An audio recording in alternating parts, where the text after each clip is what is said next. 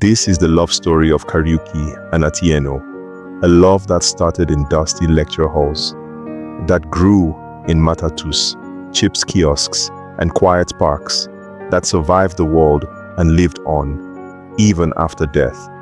Because real love doesn't need to be loud, it just needs to be true. Kariuki was a quiet man. He had grown up in Nyeri, a place full of green hills, tea farms, and chilly mornings. His parents were farmers. From a young age, he was taught to wake up early, do his chores, go to school, and never cause trouble. He liked silence, he liked books. Most of all, he liked computers. Atieno, on the other hand, came from Kisumu. She was sunshine, loud, bright, and full of ideas. She came from a big family with cousins everywhere. Her father had been a teacher. Her mother sold omena and tilapia in the market. Atieno was sharp. She always had something to say even when people weren't listening.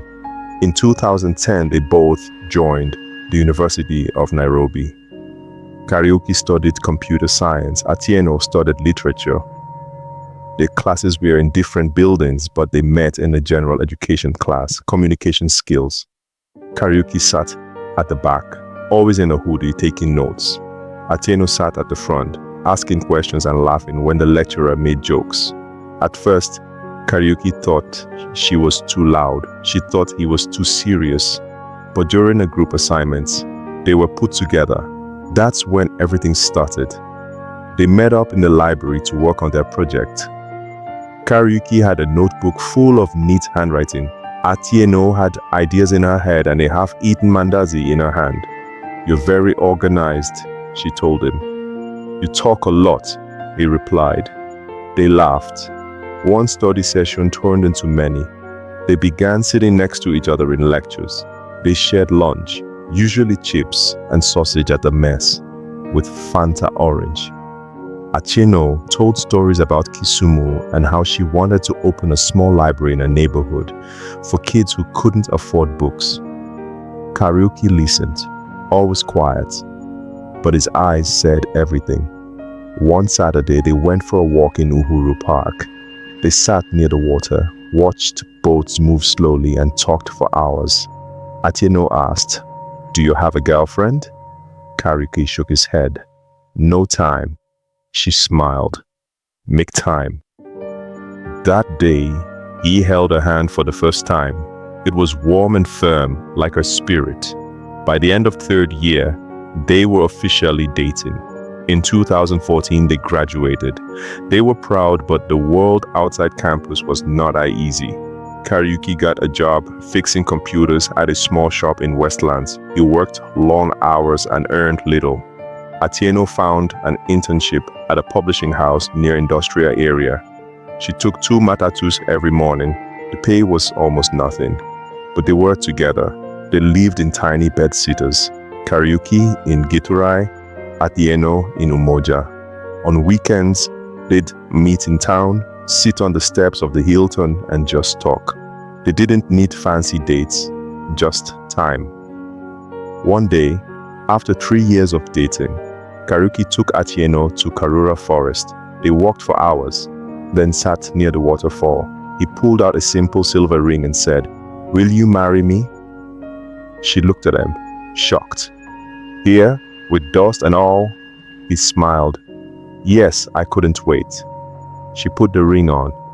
"Of course I will." They got married in 2017. It was not a big wedding. They used a church hall in Donholm. Her aunt cooked. His cousin borrowed speakers. The cake was baked by a neighbor. Still, it was beautiful. They danced like children. Everyone laughed. There was no stress, just love. They moved into a 1-bedroom in South B. Life was still tough, but they had each other. Kariuki got a better job at a tech company in Upper Hill. Atieno, after years of planning, opened a small bookshop. It was just one room with shelves, a desk, and a chair. She called it Lakeside Books. In 2019, their first son was born. They named him Muteo, after Kariuki's grandmother. 2 years later, They had another boy, Baraka.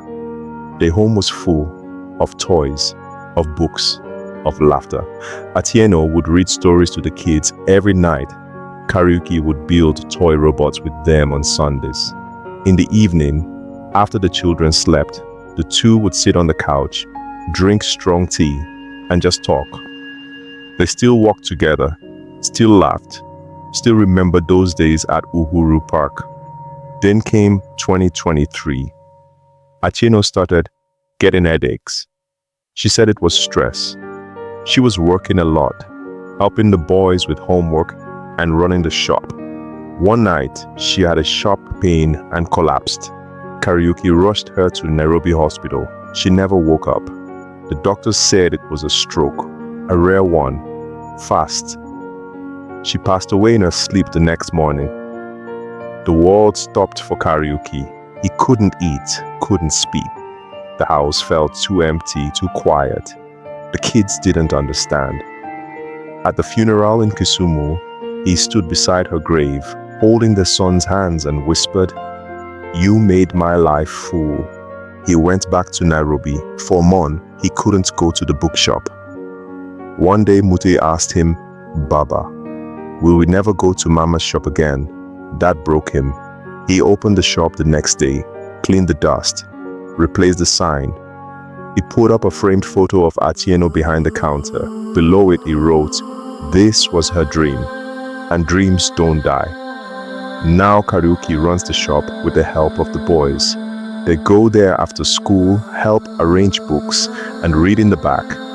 Every year on her birthday, they go to Karura Forest, sit by the waterfall and tell stories. Kariuki still walks quietly, still doesn't talk much, but he smiles more now, not because he's forgotten, but because he remembers. That's the end of today's story. Now tell me, what part of the story touched you the most? I would love to read your thoughts in the comments section. There's another very interesting story coming in just a few days, so please subscribe to my channel and turn on your notification bell so you'll be the first to know when I upload it. If you enjoyed the story, don't forget to hit the like button and share it with your friends.